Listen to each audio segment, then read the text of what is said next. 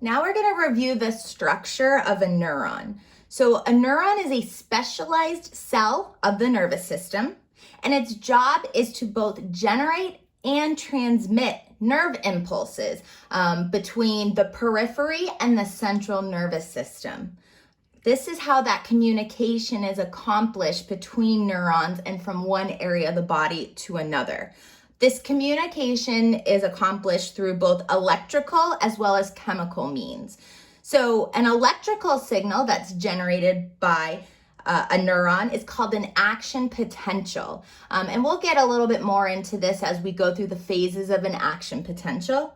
And the second type of communication is chemical. And this communication is accomplished by the presence of neurotransmitters. So neurotransmitters are specialized proteins that are created by the neuron itself.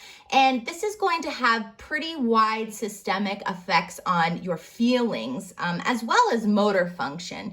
You have very particular neurotransmitters that created that have specific functions.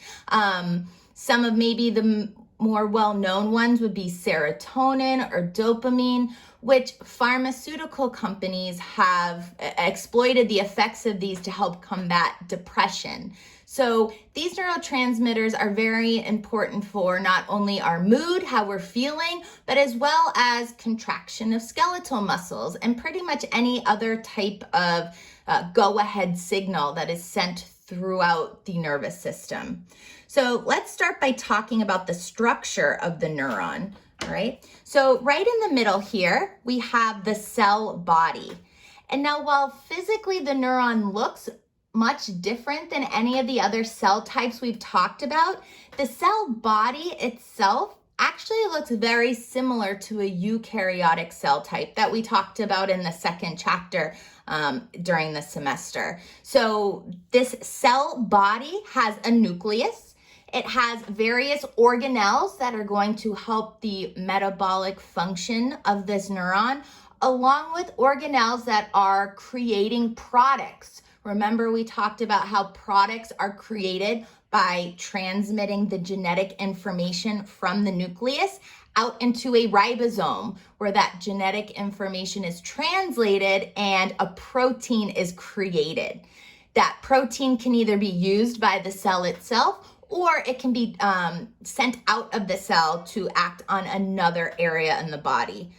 The proteins that are created by the cell body is called a neurotransmitter. These neurotransmitters are going to actually remain in the neuron for a good period of time until they are basically stimulated to release at this synapse, which we'll talk about in 1 minute. So this is your cell body. It contains the nucleus and other organelles, and its main function is to create neurotransmitters, which are pictured here in red. Neurotransmitters are products created by organelles in the cell body. Once they've been created, they are going to get transported down all the way to the end of the neuron, and they're going to hang out here in the axon bulb until they're stimulated to release. On this end of the neuron, we have dendrites. Dendrites are cytoplasmic extensions that are coming off directly from the cell body. Their job is to receive incoming communication signals from neighboring neurons. The only way to communicate a signal from one neuron to the next is to electrically and chemically move forward in the chain of neurons. So these dendrites, their responsibility is to receive the incoming signal from the neighboring neuron, and they are eventually going to have that signal transmitted all the way down to the other end. So dendrites, cytoplasmic extensions, receives incoming nervous system signals. Now, the other end of the cell body, we have a singular long extension of cytoplasm. This is called an axon.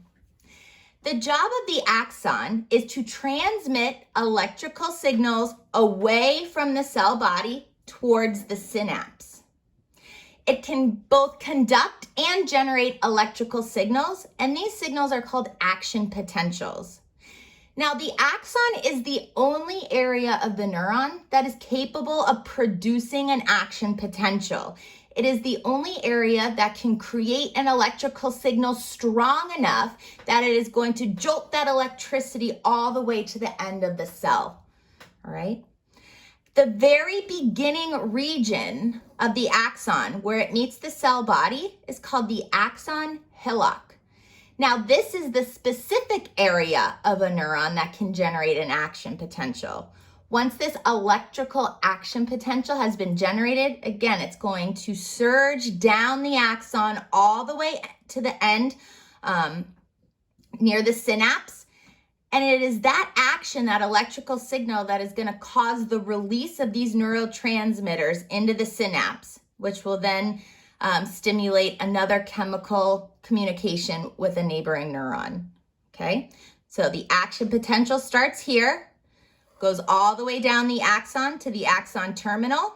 It's then going to stimulate the axon bulb, which is holding these neurotransmitters, to release and then act on the neighboring neuron. All right, this is your chemical communication right here. The chemicals are being released into the synapse, and that is due to the stimulation from this electrical communication, which is this electrical signal, which is occurring here at the axon hillock, okay? Electrical, chemical, electrical, chemical. So where we see this neuron number 2, which we usually refer as postsynaptic because it comes after the synapse, this is going to be an area on the neighboring number 2 neuron. This is going to be a dendrite. So this is receiving the incoming communication from the neighboring neuron. All right. So this, in this example, this would be the dendrite. All right. So make sure you understand the various structures I have highlighted here of a neuron and what their significance and function is.